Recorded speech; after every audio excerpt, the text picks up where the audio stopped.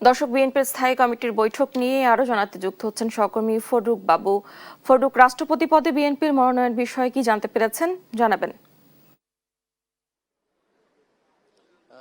আপনি জানেন যে ইতিমধ্যে যে বৈঠকটি ছিল বিএনপির চেয়ারম্যান ও প্রধানমন্ত্রী তারেক রহমানের সঙ্গে বিএনপির স্থায়ী কমিটির সদস্য সহ বিএনপির সিনিয়র নেতৃবৃন্দ, সেখানে উপস্থিত ছিলেন বিএনপির যুগ্ম মহাসচিব থেকে শুরু করে পার্টির হুইপ যারা রয়েছে তারা উপস্থিত ছিলেন। সেই উপস্থিতিতে আসলে বৈঠকে সিদ্ধান্ত হয়েছে যে বিএনপি একক প্রার্থী দিচ্ছে এবং সেখানে তার নাম ঘোষণা করেছেন বিএনপির বর্তমান মহাসচিব মির্জা ফখরুল ইসলাম আলমগীর।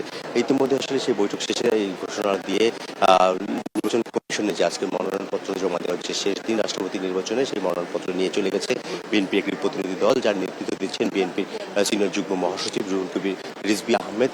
তিনি আমাদেরকে জানিয়েছেন যে আসলে ইতিমধ্যে হচ্ছে যে বিএনপি মহাসচিব তিনি তার পদত্যাগের মধ্য থেকে তিনি ইতিমধ্যে হচ্ছে যে সরকারের একটি পদ এবং হচ্ছে যে বিএনপির দুটি পদ থেকে তিনি হচ্ছে যে তিনি পদত্যাগ করেছেন এবং সেই পদত্যাগপত্র প্রধানমন্ত্রী তারেক রহমান এবং বিএনপি চেয়ারম্যান তার কাছে হচ্ছে জমা দিয়েছেন এবং সেখান থেকে পরবর্তী সিদ্ধান্ত এসেছে যে আসলে আলোচনা এসেছে যে বিএনপি পরবর্তী ভারপ্রাপ্ত মহাসচিব হবে নাকি সরাসরি বিএনপি থেকে মহাসচিব হবে, সে সকল বিষয় নিয়ে আসলে আলোচনার উত্তরগুলো এখনো পরিষ্কার করেনি বিএনপি।